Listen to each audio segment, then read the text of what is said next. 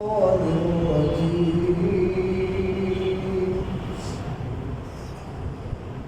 الله الرحمن الرحيم شهر رمضان الذي أنزل فيه القرآن هدى للناس وبينات من الهدى والفرقان قال النبي عليه الصلاة والسلام إن الذي ليس في جوفه شيء من القرآن كالبيت الخرب قال عليه الصلاة والسلام من لم يدع قول الزور والعمل به فليس لله حاجة أن يدع طعامه وشرابه بارك الله لنا ولكم في القرآن العظيم ونفعنا وإياكم بالآيات والذكر الحكيم محترم মুসল্লিন کرام সর্বপ্রথম মহান আল্লাহর দরবারে শুকরিয়া আদায় করি যে তিনি আজ এই মাহে রমজানের দ্বিতীয় জুমাবারে একটা মাহে রমজান আরেক জুমাবার আল্লাহ তাআলা আমাদেরকে তার করে আসার তৌফিক দান করেছেন আলহামদুলিল্লাহ। আজকে আমরা আলোচনা করব গত সপ্তাহে যে আলোচনা করেছিলাম সেটা পরিশিষ্ট, অর্থাৎ গত সপ্তাহে আলোচনা করেছিলাম আল্লাহ তাআলা রোজা কেন ফরজ করেছেন, রোজা ফরজ করার পিছনে রহস্য কি, মাকসাদ।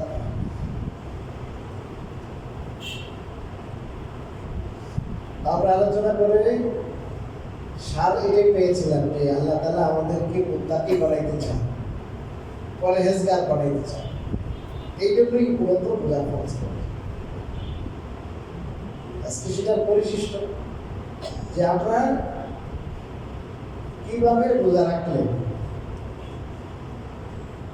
আমাদের এই মাকসাদটা হাসিল করতে পারে, কি কি কাজ করলে পরে আমরা আমাদের এই মাকসাদে সফল হতে পারি, আর রোজা অবস্থায় রমজানের দিনে কি কি কাজ করলে পরে আমাদের সেই উদ্দেশ্য ব্যাহত হবে। আমরা এই বিষয়ে আজকে আলোচনা করি। যেহেতু রোজার উদ্দেশ্য মুত্তাকি পরহেজগার হওয়া, অর্থাৎ মানুষের মাঝে আল্লাহ রাব্বুল আলামিন যে নফস দিয়েছেন, মানুষের সাথে যে আল্লাহ চিরশত্রু শয়তানকে আল্লাহ তাআলা এক ধরনের অ্যাটাচ করে দিয়েছে, এই শয়তানের ধোঁকা থেকে, নফসের ধোঁকা থেকে আমরা নিজেদেরকে আত্মরক্ষা করব এবং মহান আল্লাহ আমাদেরকে যে একটা বিরাট উদ্দেশ্যে সৃষ্টি করেছেন যে আমরা আল্লাহর হয়ে থাকবো, আল্লাহর গোলাম হয়ে থাকবো, সেই উদ্দেশ্যে যেন আমরা সফল হতে পারি। এই জন্য সর্বপ্রথম জরুরি হলো এই রোজাটাকে কেবল দুই অঙ্গের রোজা না বানানো। দুই অঙ্গের রোজা, মুখের আর যৌনাঙ্গের রোজা, এটা হলো ফরজ রোজা। প্রকৃত রোজা যেটা, রোজার ফায়দা এবং ফল পাওয়ার জন্য এই দুই অঙ্গের রোজাই কেবল যথেষ্ট না, এটার সাথে ফুল বডি রোজা লাগবে, ফুল বডি রোজা। এই জন্য হাদিস শরীফে রাসূল কারীম সাল্লাল্লাহু আলাইহি ওয়াসাল্লাম দারুণ একটা কথা বলেছেন মান লাম ইয়াদা কাওলা যুরি ওয়াল আমল, যে রোজা অবস্থায় রোজা রাখার পরও সে মিথ্যা কথা ছাড়তে পারল না। মিথ্যা কথা কিন্তু খাওয়াও লাগে না, পান করাও লাগে না, জাস্ট একটা কথা। মিথ্যা সাক্ষী, মিথ্যা কথা, অসত্য কথা, অবাস্তব কথা সে পরিহার করতে পারে না। সে ব্যবসার মুনাফার জন্য, বৈষয়িক কোনো ফায়দা উঠার জন্য সে কি করলো? মিথ্যা কথা বলল। এবং মিথ্যের উপর আমল করা সে বাদ দিতে পারলো না।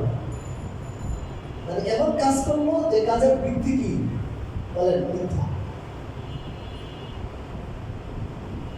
এই কাজটা সে যদি বাদ দিতে না পারে তো আল্লাহ রাসূল সাল্লাল্লাহু আলাইহি ওয়াসাল্লাম বলেন যে সে যে তার খাবার, তার পানীয়, এই সমস্ত বাদ দিল, আল্লাহ তাআলার এগুলোর কোনো দরকারই নেই। তো আল্লাহ রাব্বুল আলামিন চান যে আমার বান্দা শরীয়ত নিষিদ্ধ যত কাজ আছে সমস্ত কাজকে পরিহার করবে।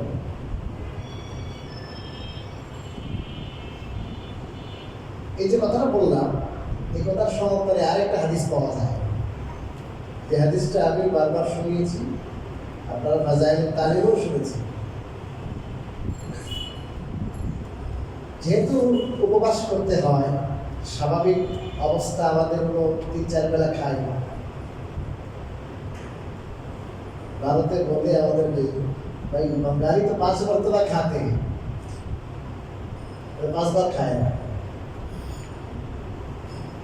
सुबह में 1 मरतबा नाश्ता करते, 9-10 बजे खाना खाते हैं, दोपहर को भी खाना खाते हैं, बाद असर या मगरिब चाय पीते, नाश्ता करते और ऐशा के बाद फिर खाना खाते।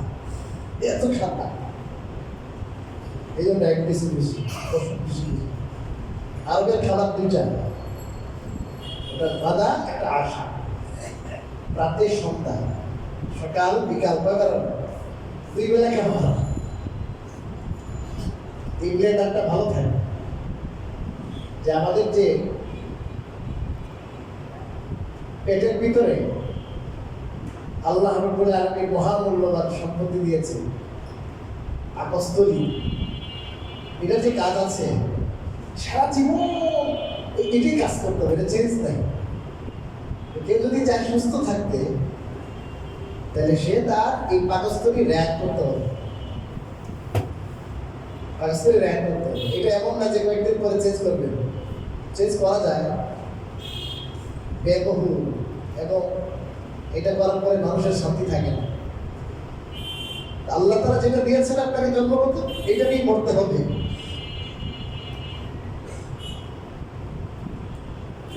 গাড়ি একটা হলে ভাই আমার 3জন নেওয়া যাবে না, কোনটা ভাই আমার এটা মেশিনে নিবে না, মেশিনের উপরে চাপ সৃষ্টি করতে চাই না, আমার টায়ারের অসুবিধা হচ্ছে, এটা দেখেন আপনি।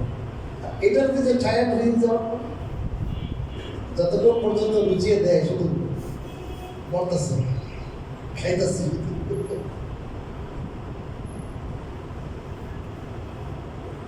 আমাদের খাওয়াটা আসলে একটু বেশি হয়ে যায়। তো যাই হোক, তো যেহেতু আমরা স্বাভাবিক নিয়মের খেলাফ রমজানে একবারই খাই না, যে কারণে আমাদের টেম্পারেচারটা একটু গরম, মেজাজ একটু কি গরম। পেটে ভাত থাকলে, পেট ভরা থাকলে যে কথায় আপনার মেজাজ খারাপ হবে না, পেট খালি থাকলে অল্পতেই চেতে যাবে, এটাই স্বাভাবিক। ঠিক আছে ভাই? বাজারে যাওয়ার পরে আপনার 2 কথা 3 কথায় যে আপনার মাথা খান, এর লোকে ঝগড়া, বাসায় যাই কিছু হতে না হতেই ঝগড়া। কারণ কি? পেটে দেখে নাই, বিশেষ করে দুপুরের পর থেকে। এই জন্য রমজানে দেখবেন চিল্লাচিল্লি বেশি, রাগারাগি বেশি।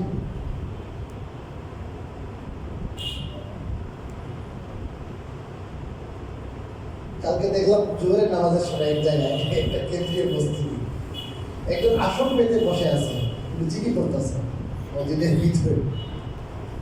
এটা আপনাদেরকে শোনাচ্ছি, আমাদের শিক্ষা আছে এখানে। আরেক ভাই পিছন থেকে আসছে, উনি মসজিদের ভিতরের অংশ, এখানে জায়গা যদি নেই তাহলে পরে খরচটা এখানে করতে পারেন। তো ভাই না, আপনি পিছনে যান, বাইরে যাই নামাজ পড়েন, বারান্দায় যাই নামাজ পড়েন। তো ভাই আপনি একটু চেপে থাকলে তো, বা না এখন হবে না, পরে তো খালি হবে, পরে খালি হয়ে দেখা যাবে, মাথায় জ্ঞান না কেউ গিয়া বেচারা জায়গা দিয়েই না, 2-3 মিনিট আছে খরচ নামাজে, বেচারা বাইরে চলে গেল, ওর মানুষ আর ওই যুবক মানুষ বসে জিকির করতেছে। হাদিসের মধ্যে আসছে একজন ভাইয়ের একরাম যদি কেউ করে, 10 বছর নফল ইতিকাফ থেকে বেশি সওয়াব, 10 বছর নফল ইতিকাফ থেকে, সে তো আপনার বছরের পর বছর এখানে বসে জিকির করলেও সে এই একরামের সওয়াব হইতো না। এতে মনে কষ্ট দিল, মনে যে আঘাত দিল, সেটা তো আপনার পুরো মাস এলাকাত করলে হবে না, এটা অর্থ কি হবে না। এক কথায় ওই মুরব্বী মানুষের মন খারাপ করে দিল, মানুষের মুসলমানের মন ঢুকানো, এটা কত বড় যে আপনার কবিরা গুনাহ। আব্দুল্লাহ বিন ওমর রাদিয়াল্লাহু আনহু একবার কাবা শরীফের সামনে দাঁড়িয়ে আছে, কয় কাবা কাবা, আমি জানি তুমি আল্লাহর ঘর, কিন্তু আমি রাসূল করিম সাল্লাল্লাহু আলাইহি ওয়াসাল্লাম থেকে শুনেছি যে একজন মুমিনের দাম তোমার থেকে বেশি। যে মুমিনের অন্তরে কি আছে? ঈমান আছে। ঈমান। কাবা শরীফকে ধ্বংস করা কত বড় গুরুতর অপরাধ। এর চেয়ে বড় অপরাধ হলো একজন মুমিন মুসলমানকে অকারণে তার অন্তরে কষ্ট দেওয়া। এত সহজ নাই। আমি গেলাম বাজারে, এক কথায় 2 কথায় 5 করে একটা কথা বের করে দেব। ইসলামের শিক্ষা কি? একজন খাদেম, কাজের গোড়া, এবং একজন গোলামের কথা আছে, গোলাম। তোমরা যে খাবার খাও তারে ওই খাবার খাও, তোমরা যে কাপড় পরিধান করো তারে ওই কাপড় পরিধান করে। দুনিয়ার নিয়ম হলো অনেক চুলে বসতে দিলাম, আপনারা দাঁড়ায় আর শুধু বারবার কি দিবে, সালামি দিবে বারবার। ইসলামিক বৈষম্য দূর করেছে, গোলামের হক পর্যন্ত দিয়েছে ইসলাম। বলছে এর উপরে বোঝা বেশি চাপাই না, তার সাহায্য করবো। যদি কোনো কাজ দাও, কঠিন কাজ, তার সাহায্য করবো। গোলামের সাহায্য করবো। এমন না আমি পয়সা দিতে পারে রাখছি, তুমি করো, এমন না।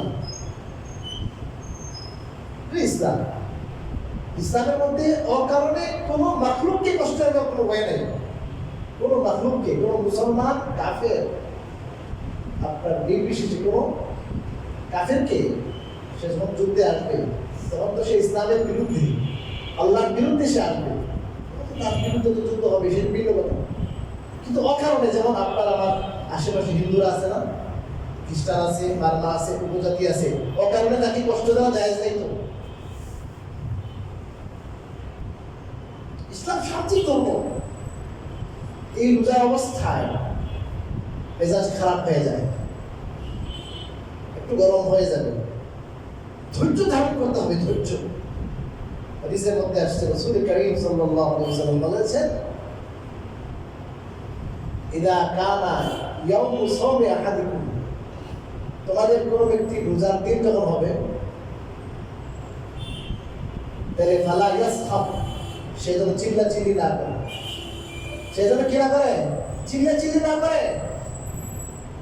ফাইন সাবাহু আহাদুন আও কাতাল, এখন হুজুর আমি তো চিল্লাচিল্লি করি না, আমি তো সাইডের থেকে চুপ থাকি। আরেকজন এসে গায়ে পড়ে তলবা করতেছে, গালিগালাজ করতেছে, গায়ে পড়ে লাগে না অনেকে? গায়ে পড়ে আপনার কি শুরু করছে, তার সাথে যুদ্ধের মতো অবস্থা, মারামারি শুরু করে দিছে, গালিগালাজ শুরু করছে।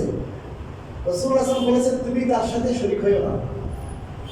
বলবো যে ভাই এমনি সাহেব, ভাই আমি তো রোজাদার, অতএব আমি তোমার গালির উত্তর দিতে পারবো না। তুমি যে অবস্থা শুরু করছো, এখানে তো আমাকে কি করতে হবে? দরবার করতে হবে। আমি চেঁচাচেঁচি করতে পারবো না, দরবার করতে পারবো না, মারামারি করতে পারবো না, আমি কথা কাটাকাটিতে আমি নাই, আপনি কেটে করবেন। আমি রোজাদার অর্থ কি? এটা বলবেন আমি রোজাদার, আমি এটা পারবো না, আমি কারণ আমার রোজা হলো সব অঙ্গের রোজা। আপনি রোজা রেখেছেন, বউয়ের সাথে আচরণ খারাপ, পোলাপেটের সাথে আচরণ খারাপ, ঘরের লোকদের সাথে, কাজের বুয়ার সাথে আচরণ খারাপ, মিস্ত্রির সাথে আচরণ খারাপ। আপনি যদি কোনো কর্তা হয়ে থাকেন, আপনার আন্ডারে যারা আছে, যেভাবে আছে তার সাথে যদি আপনি আচরণ খারাপ করেন, আপনার সেই রোজার হক আদায় হয় নাই। এই জন্য রাসূলুল্লাহ সাল্লাল্লাহু আলাইহি ওয়াসাল্লাম বলেছেন শাহরুস সাবরি, এই মাসটা হলো ধৈর্য ধারণের মাস। ধৈর্যের মাস। সাথে আরেকটা কথা বলেছেন শাহরুল মুওয়াসা, শাহরুল মুওয়াসা, এটা আপনার একে অপরের প্রতি কৃপা দয়া দেখানোর মাস। একে অপরের দুঃখে শরীক হবেন। আপনি একবারে না খেয়ে আপনার যে কষ্টটা, সেই কষ্টটা এখন ফিল করছেন আপনি।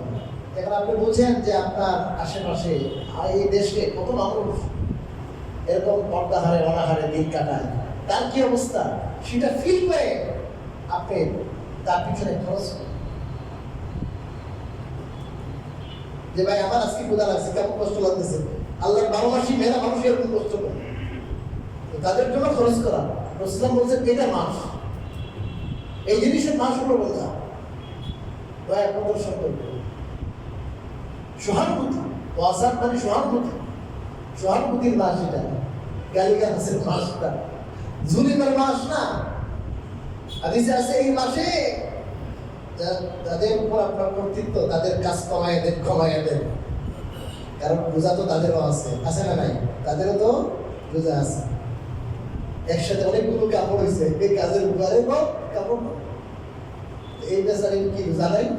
এরা তো কষ্ট হবে না, আজকে আমি একটু ধুইব, এও একটু ধুইব, আজকে কাম না, একটু বাইকটা কালকে ধুইব না। এই কাপড় দিয়ে অনেক কষ্ট হয়ে গেছে, রুমটা আমি মুছে নিই, গুণা হবে না। আরে কোন আমলে আল্লাহ রাজি হবে জানেন না, এই কারণে আল্লাহ মাফ করে দিবে, এই কারণে মাফ করে দিবে আল্লাহ, এই কারণে মাফ করে দিবে যে না এর কষ্ট দেওয়া দেবে। গ্রামে উঠছেন, পায়ের রিক্সায় উঠছেন, খেলা দিয়ে আপনার ভালো লাগতেছে, বেচারা একটু উঁচা জায়গা আনতে পারতেছে না, তো ভাই আমি একটু শরীর করি, ভাই আমি তো বস, বাড়িওয়ালা কোটিপতি না, ওটা বাদ দিতে হবে। বাটির মানুষ বাটি হয়ে যাবো, বাটির ভিতরে ঢুকবো সবাই, বাটি হয়ে যাবো, কিছু না, এই গর্ব অহংকার কিছু না। ঠিক আছে আমি একটু ধাক্কা দিই, এর বেচারা আপনার অটো রিক্সাটা তো পায়ের রিক্সা, এখন আপনি করছেন অনেক সামান নিয়ে, কষ্ট হইতেছে, না আমি একটু নামে যাই, একটু হাঁটি, ঠেলা দিতে না পারলে করবো কি, আমি নামে যাই, একটু হাঁটি, এর বেচারা কি হলো, আরাম হলো। সবসময় যদি মাহরুকের কেউ আরাম খুঁজে, যে আমার দ্বারা যেন কোনো মাহরুক কষ্ট না পায়, আল্লাহ তাআলা একবারে ডাইরেক্ট তাকে জান্নাত দিয়ে দিবে। তো বাইপাসে জান্নাতে যাওয়ার পথ, বাইপাসে মনে রাখবেন এই কথা, আল্লাহর মাহরুককে সবসময় যদি সহায়তা করেন, সহানুভূতি দৃষ্টিতে দেখেন, কাউকে কষ্ট না দেন, ইনশাআল্লাহ আমি আপনাদেরকে রোজা অবস্থায় বলছি বাইপাসে জান্নাতে যাবে, বাইপাস। আর অনেক ইবাদত করি কালকে ভেড়ার মতো, একটু কষ্ট আমি স্বীকার করবো, আমি একজনের কথা শুনবো, রিপিট করবো না। বই একটা কথা বলছে, আমি 3টা কথা বলে দাঁড়াইলাম, দুর্বল সে। এই কথার উত্তর এখনই দেওয়ার সময় আরো সময় তো আসছে, অনেক সময় যখন খুশ মিজাজ তখন থাকবে, তখন তারা বলে তুমি যে কথা বলো না, যখন কথাটা ঠিক হয়েছে কথা কি, তখন সে বলবে আসলে আমার ভুল হয়ে গেছে। এই তো সমাধান। সে যেটা অবস্থায় একটা বলছে, আপনি আরো 2টা বলছেন, গতকালকে দেখবার একবার তারা দিয়ে দিতেছে, ম্যাডাম আপনি চুপ করে হাতে পায়ে করে ভাই চলো নামাজে চলো, জামাইয়ের বউয়ের এমন লাগা লাগছে, বই পেতেছে তুই ফেরান হয়ে গেছিস, খ্রিস্টান হয়ে গেছিস, তুই এই পেতেছিস, তোর ছাড়ে দেবো। এই জামাই বউয়ের ঝগড়া করবো না, মেজাজ খারাপ হলে চুপ থাকবো, চুপ। কেন ভাই আমি এক জায়গায় ছেদ দিয়া কথা এগুলো উঠাই নেব কেন? আমি যে জায়গা থেকে থুতু দিয়ে উঠাই নিতে হয়, ওই জায়গায় আমি থুতু ফেলবো না। আমি এই কথা বলার পরে লজ্জিত হতে হবে, যেই কথা বলার পরে মাফ চাইতে হবে। এই কথা বলবো কেন, বলবো কেন? চুপ থাকবো, ধৈর্য ধারণ করবো। দাঁড়ানো থাকলে বসে যাবেন, বসে থাকলে শুয়ে যাবেন, আউযু বিল্লাহি মিনাশ শাইতানির রাজিম বলবেন, ঠিক আছে? ধৈর্য ধারণ করবো ভাই, ধৈর্য ধারণ করবো। বাজারে ঘাটে কোথাও ঝগড়া করবো না, 5-10 টাকার কারণে ঝগড়া করবো। হাদিসের মধ্যে আসছে রাসূলুল্লাহ সাল্লাল্লাহু আলাইহি ওয়াসাল্লাম বলেছেন, রাহিমাহুল্লাহু রাজুলান সামহান ইযা বাআ ওয়া ইযা ইশতারা। ক্রেতা বিক্রেতা তাদের প্রতি আল্লাহ তাআলা দয়া করেন। যে ক্রেতা যে বিক্রেতা উদার, উদার মানে কি 2-5 টাকার জন্য কি জানবাই হয়ে যায় এমন না, একটু উদার। এছাড়া বলতেছে 105 টাকা, আপনি বললেন না ভাই 90 টাকা রাখেন, ঠিক আছে ভাই আপনি 100 টাকা দিয়ে নিন, আপনি খুশি না? ঠিক আছে। কেউ আছে দেখবেন ধনী মানুষ কিন্তু 5-10 টাকার পরে জানবে হয়ে যায়। অতটা বিক্রেতা আশা আছে, অসুবিধা নেই, কিন্তু দেখেছে 5-10 টাকা ছাড়তেছে না। যে বিক্রেতা তুমি একটু উদার হও, ক্রেতা তুমিও একটু উদার হও, দুই পক্ষকে রাসূল উদার হতে বলেছে। এভাবে চোখের হেফাজত করা, রোজা অবস্থায় কিসের হেফাজত? চোখের হেফাজত। কেউ যদি চোখের হেফাজত না করে, চোখের জেনা এবং ব্যভিচারে লিপ্ত থাকে, হাদিসের মধ্যে আসছে জিনাল আইনি আন-নাযার, চোখের জেনা হলো দৃষ্টি, এটা চোখের জেনা। রোজা অবস্থায় টেলিভিশনে দেখতেছি অর্ধনগ্ন নারীদের, টেলিভিশনের খবর না দেখলে তো ভাত হজম হয় না। বন্ধ করে টেলিভিশন, কি দরকার এই খবরের? আমার কি দরকার? চ্যানেলগুলো আমার আপনার নিয়ন্ত্রণে নাই। আবার অ্যাডভাইস দিয়ে হাজির হয়ে যাবে কত কিছু।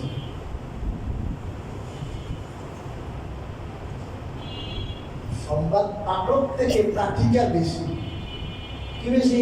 পাঠিকা। পাঠিকা ছাড়া তো কি হয় না, সংবাদ প্রচার হয় না। কি ভাই, পাঠক যদি হয়তো সমস্যা কি ছিল? সব জায়গায় রিয়েল এস্টেটে যাবেন, অফিসে দেখবেন একবারে সাজায় রাখছে এই মহিলাগুলো এবং বেকুব খান।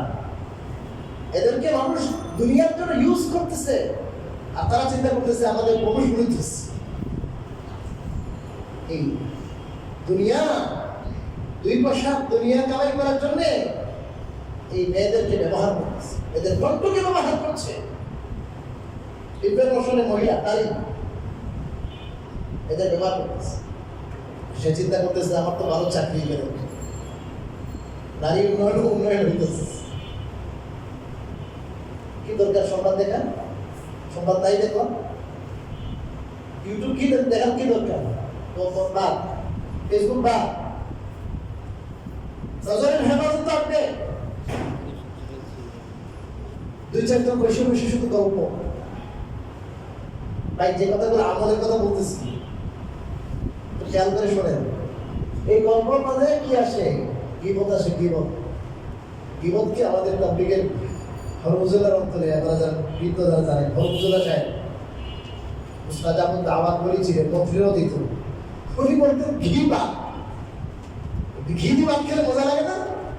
তো গীবতটা হলো ঘি ভাত, এটা হচ্ছে ওর ইন্টারেস্ট বেশি।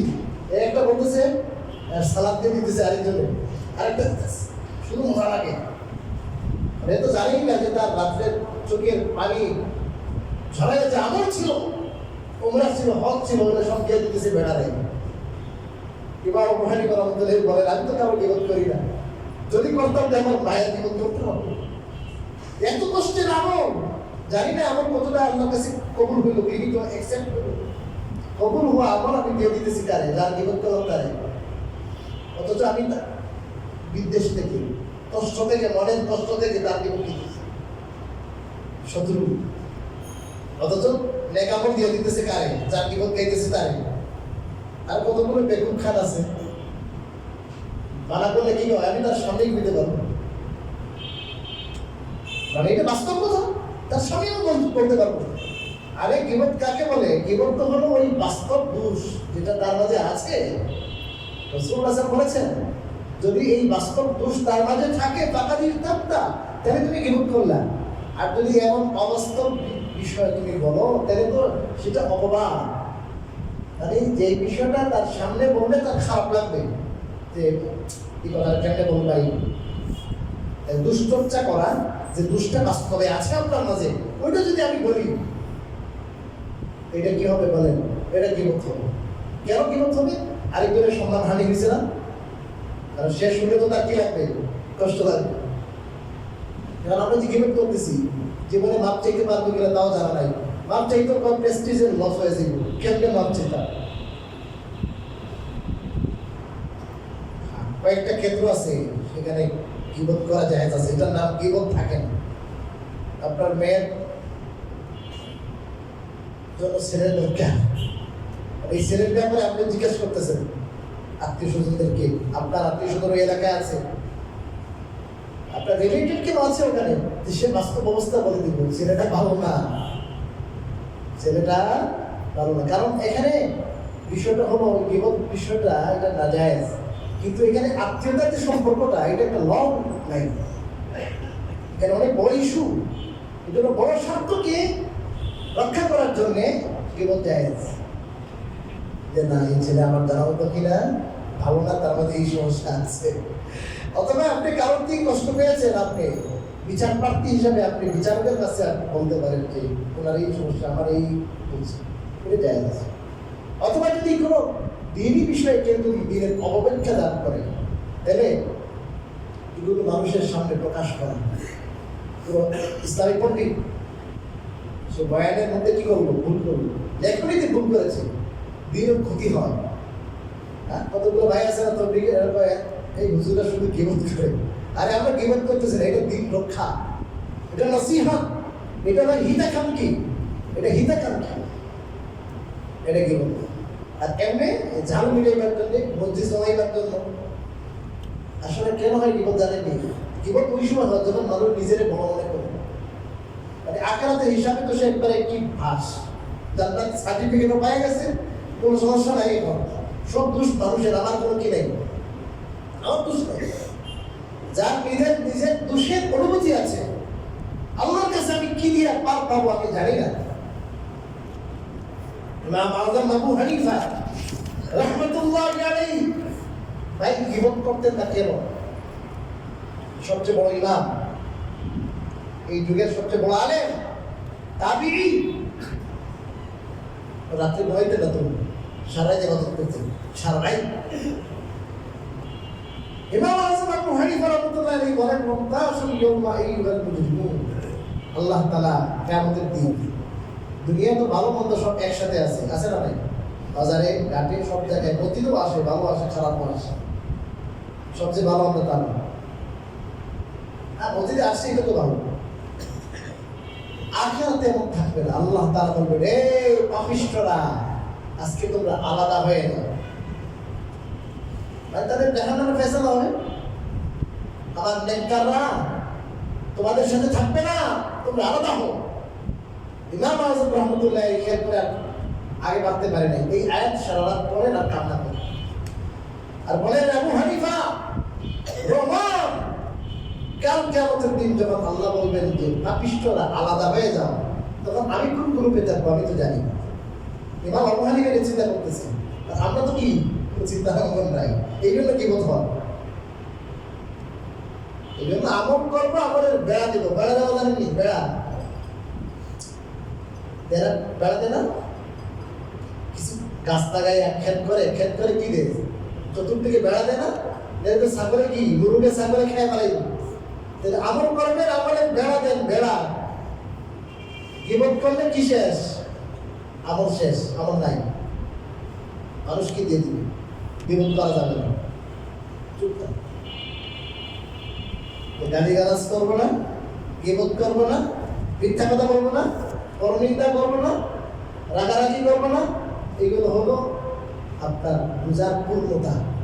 এগুলো যদি করতে পারি তাহলে রোজার হক আদায় হবে, ওই রোজার দ্বারা তাকওয়া হাসিল হবে, ওই রোজার দ্বারা আমাদের মূল উদ্দেশ্য যেটা রোজা ফরজ হওয়া, এটা হাসিল হবে। আরেকটা হলো সেহরিতে ইফতারে পরিমিত খাওয়া, কি নাই? পরিমিত, অবাধ না খাওয়া, অবাধ না খাওয়া। ভাজা পোড়া পুরো এমনি তো স্বাস্থ্যকর জিনিস না, মজাদার, জিব্বায় মজা লাগে, ভালো লাগে, কিন্তু একটু কি না, এটা আমি পাকস্থলীর উপরে আমি জুলুম করতেছি, জুলুম। অতিরিক্ত খাবো না, অস্বাস্থ্যকর খাবার খাবো না ভাই, অতিরিক্ত খাবো না। এবার জায়গা আছে, জায়গা থাকতে দেন, তাহলে আপনি এবাদতের স্বাদ পাবেন। পেট ভরে গেলে এবাদতের স্বাদ নাই, অলসতা লাগে। ও দ্রুত পড়ে লেখা, দ্রুত পড়তে কম, 5-10 মিনিট বেশি হয়ে গেলে পর অন্য মসজিদে দেখা যায় তাড়াতাড়ি আমার করে গেলে দেরি কেন? হ্যাঁ, আর এই উম্মত আজকে 1400 বছর যাবৎ এই উম্মতের ইতিহাস আপনি পড়েন, রাত্রে কি ইবাদত করতেন না, আমরা 1 ঘন্টা পারি না, 2 ঘন্টা পারি না, হারামে যায় এখনো দেখেন ইবাদত করতেছে, কি করতেছে, একটু পরে আবার চাটা খাওয়ার পরে আবার তাহাজ্জুদের সময় শুরু করতেছে, সবাই আসছে। একটু ধৈর্য ধারণ করেন, পায়ে ব্যথা হোক না। রাসূলুল্লাহ সাল্লাল্লাহু আলাইহি ওয়াসাল্লাম দাঁড়াইতে দাঁড়াইতে পাটা খুলে যেতে এরকম। হযরত আয়েশা বলেন, আপনার তো কোনো গুনাহ নাই, আল্লাহ তো আপনাকে ঘোষণা করছে আপনার সব নাম, কোনো গুনাহ নাই, আপনি এত ইবাদত করেন কি দরকার? আয়েশাকে বলেন, আয়েশা তাহলে আল্লাহ সব মাফ করে দিচ্ছে, বিক্রিয়া দিয়ে দিচ্ছে, এই জন্য কি আমি ইবাদত বাদ দিয়ে দিব? আমি কি শুকরগুজার বান্দা হব না? এই ইবাদতের মাস, একটু ধৈর্য ধারণ করি, একটু ধৈর্য ধারণ করি। আত্তাহিয়াত পড়েন, দুরূদ শরীফ পড়েন, দোয়া মাসুরা পড়েন। আপনি যদি কোনো আত্তাহিয়াত পড়েন লাগবে না, না ভাই, সময় নেন, 5-10 মিনিট সময় নেন। আপনি যদি দাঁড়ায় পড়তে না পারেন, বসেন, কতক্ষণ বসেন, বসে নামাজ পড়েন, তারপরে আবার দাঁড়ান, তাও নামাজটা যেন ধীরে ধীরে হয়। কোরআনে কারীম রাত্তিল কোরআন তারতিলা, আল্লাহ রাব্বুল আলামিন বলেছেন তাকবীরের সাথে কোরআন পড়তে বলেছেন। তাকবীরের সাথে কোরআন যদি না পড়েন তাহলে ফতোয়ার কিতাবে আছে আলাম তারা দিয়ে নামাজ পড়া ভালো। কোরআন যদি সব পড়া হইল, করে পড়া হইল সব দ্রুত 1 ঘন্টা শেষ, এর থেকে কি ভালো? সূরা তারাবি ভালো। কোরআনের হক আছে, হক আছে, যেমন করে পড়লে হয়ে যাবে না, হক আছে কোরআনে। আদানে একটু 12 রাকাত 14 রাকাত পড়েন, 1000 পড়েন, 5 রাকাত, এও ভালো। আমি খতম হবে না, খতম যে খতম স্পিডে হইতেছে, হক আদায় হচ্ছে না, এই খতমে লানত দিন, যেটা ক্লিয়ার কাট সহি কথা সেটা বলছি, ঠিক আছে? এই খতম থেকে সূরা তারাবি ভালো। আর আপনি সহ্য হয় না, আপনি 12 রাকাত পড়ে আপনি একা নামাজ পড়েন, ঠিক আছে, আপনি জানতা বিদায়, একা গিয়ে 8 রাকাত পড়েন, পেশাব দিলেন না, আপনি এটা করেন, ওইটা করেন। আর যারা হাফেজরা আছেন তাদেরও উচিত সব মুসল্লিদের খেয়াল করে যতটুকু জায়েজের ভিতরে, সুন্নতের ভিতরে থেকে স্পিড যতটুকু দেওয়া যায়। একটা আছে না যে 10:30 11টা পর্যন্ত অনেক জায়গায় আছে, এখানে শেখ চলে এসে মতো পড়তেছে, এখান তো অনেক মুসল্লি হাদিসের মধ্যে আসছে যে আম্মা আহাদুকুম ফালিয়ুখাফফি, কেউ ইমামত যখন করবে হালকা নামাজ পড়াবে, কারণ আপনার পিছনে ফাইন্না মাআকুম যায়ীফা, দুর্বল মানুষ আছে, ওয়াল মারিজা, অসুস্থ আছে, ওয়াল হাজা, আর যার হাজত আছে বাইরে হয়। এটাও আল্লাহ রাসূল বলছেন, সব দিকে বলছেন আল্লাহ রাসূল। ওইদিকে বলছেন কোরআন তাজবিদ সহকারে পড়ো, এটাও বলছেন, আর বলছেন যে কি করতে ইমাম সাহেবদেরকেও টাকাটা দিয়েছেন। সব মিলে কি হয়, ইমাম সাহেবরা দেখবে যে আপনার কতটুকু পরিমাণ দ্রুত পড়লে আপনার হক আদায় হয়, সর্বনিম্ন যতটুকু হক আদায় হবে কতটুকু আদায় করবেন, এর চেয়ে বেশি যদি করেন তাহলে তো গুনাহগার হয়ে যাবে। আল্লাহ রাব্বুল আলামিন কথাগুলো আমাদের মানার এবং বুঝার তৌফিক দান করুন। 1-2টা কথা